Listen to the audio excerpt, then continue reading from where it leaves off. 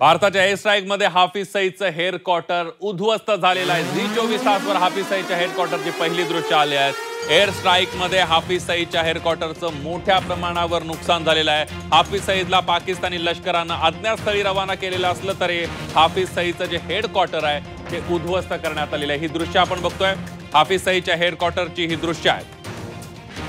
हाफिज सईद हा तोच दहशतवादी आतापर्यंत भारतामध्ये झालेल्या अनेक दहशतवादी कारवायांमध्ये हाफिज सईदचा आणि त्याच्या लष्कर-ए-तोयबाचा हात होता। 26/11च्या दहशतवादी हल्ल्याचा कट याच हाफिज सईदच्या हेडक्वार्टरमध्ये रचला गेला होता आणि तेच आता भारतानं उद्ध्वस्त केलंय। हाफिज सईदला जागतिक संघटनेनं सुद्धा जागतिक आतंकवादी, जागतिक दहशतवादी म्हणून घोषित केले आणि तोच हाफिज सईद जो आहे तो पाकिस्तानामध्ये पाकिस्तान त्याचा पोशिंदा होता। ही दृश्य आता बघितल्यावर आपल्याला अंदाज येऊ शकेल आणि याच पाकिस्तानमधल्या दहशतवादी कारवायांचा अड्डा असलेला हाफिज सईदच्या लष्कर-ए-तोयबाचं हेडक्वार्टर भारतीय सैन्यानं उद्ध्वस्त केलेलं आहे।